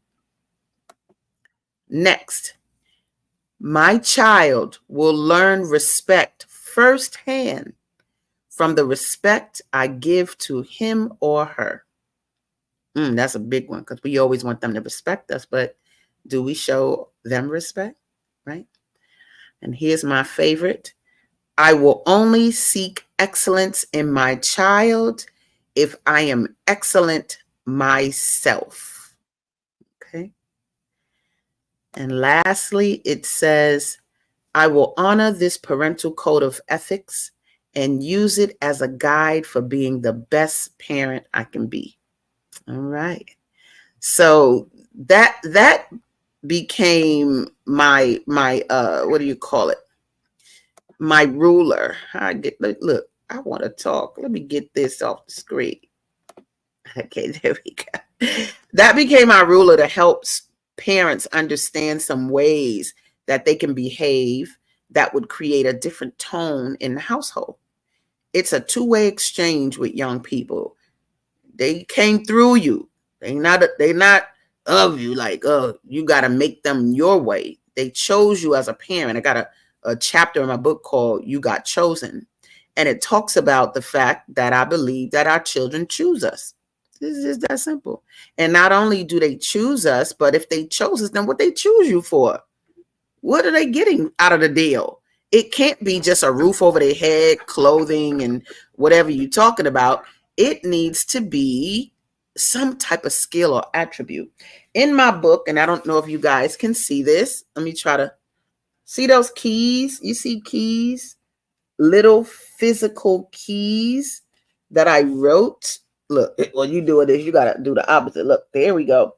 So I put keys in the book, and everywhere you see a key in my book, it's a place where you can find a solution. So let me see.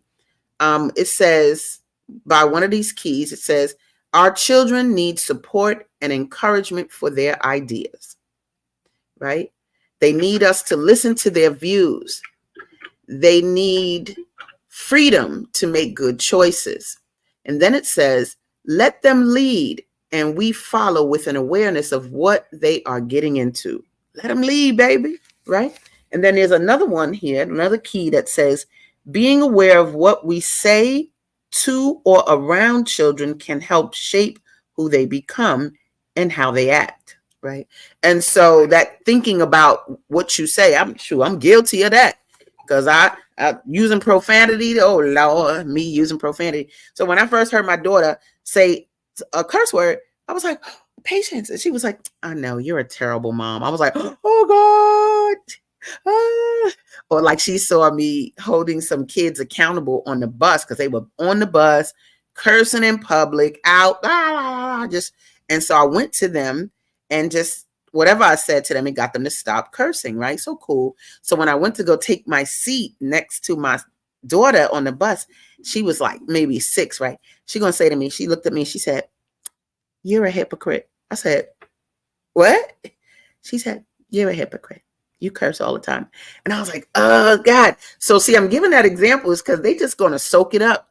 Whether it's good or bad, they're going to soak it up. And so choose to do good. Of course, there's a litany of things that she got that's good, but I'm not ashamed to say what she took for me that ain't too good, right? But it's just that as parents, we need to keep that in mind, that we make an impact on our young people with this behavior that we can have. And so, again, if you want my book, I'm going to put that website on the screen. That's beatingblackkids.com. It's at the bottom of the screen, tickering. And when you go to my website, you'll see a gallery of images of me talking to college campuses, and you'll see the videos. You'll see those train apps. I was looking at them last night when I'm interacting with the public on trains and in buses and in the street, and you'll see stories and pictures of those moments. And this book, because there's a lot of authors out there, but one of the things about today's show that I really love is that you see the life of the book, right? The message that I want to get out. It's not about, meet the author and sign my book. It's about, I need us to get together and have a conversation about the subject matter, because we're not improving. And so if you're out there and you're hitting your children, they might say they love you. I'm telling you, they're going to smile all that. But I want you to think beyond what the physicality is and think about their human spirit and how hitting them is creating an effect on them. And we can do better.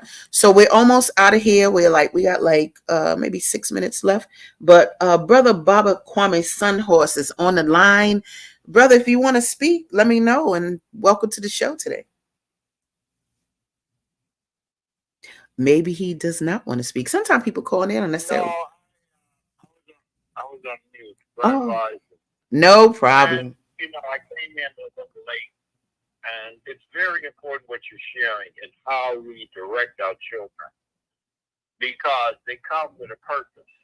And the part for us is to provide them, protect them, and to profess to them those things that are needed to give them the tools to build what they come on the planet to do. Yep. And, it was certain truths, out of the mouths of babes, because when you went and told the person to stop cursing, and you went back and she looked at you and said, you're a hypocrite, just because they see what we do. That's right. What we, and that's the part that we have to understand is that a lot of what a child has to deal with is environment and genetics. Oh, yeah. The action of that, those genes in an environment reactivate some of the traumas that we've experienced, and we've got to be aware of that. And understand that, that did something to me, and that passed on to her.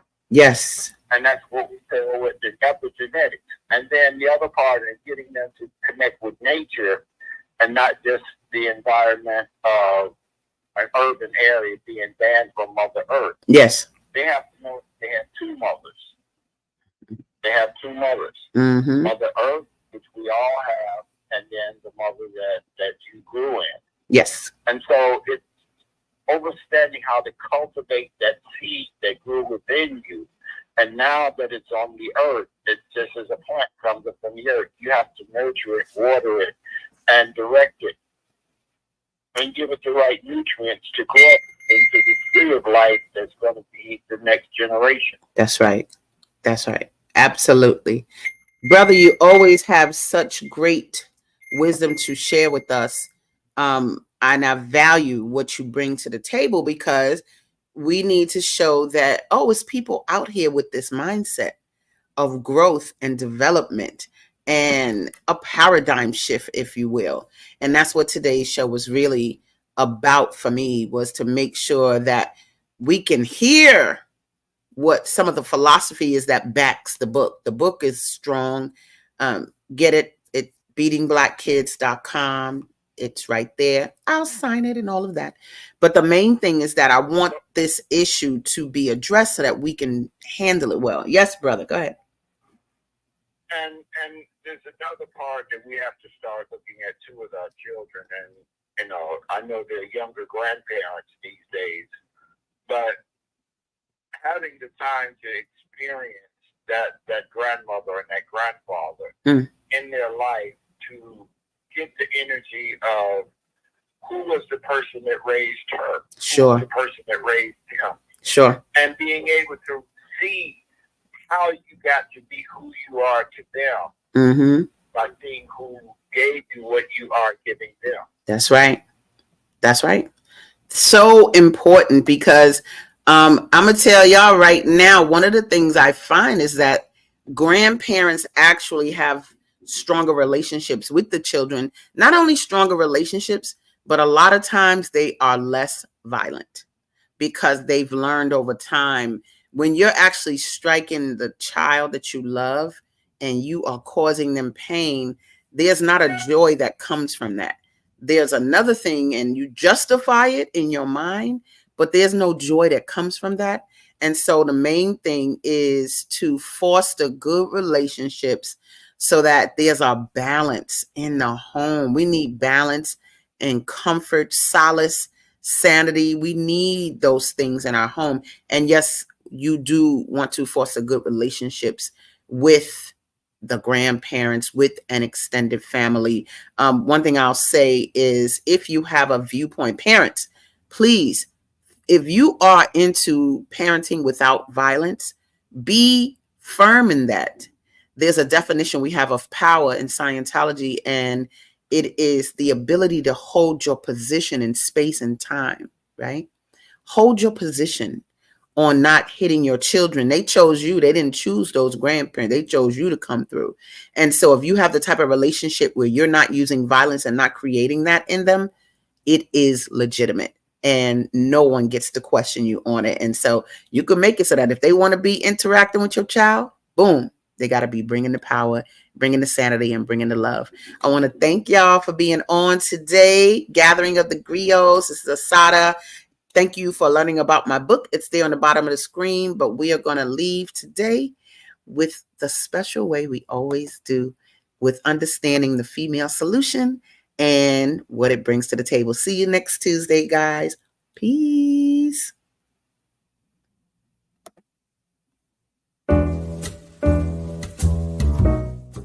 We've come to the end of our show today.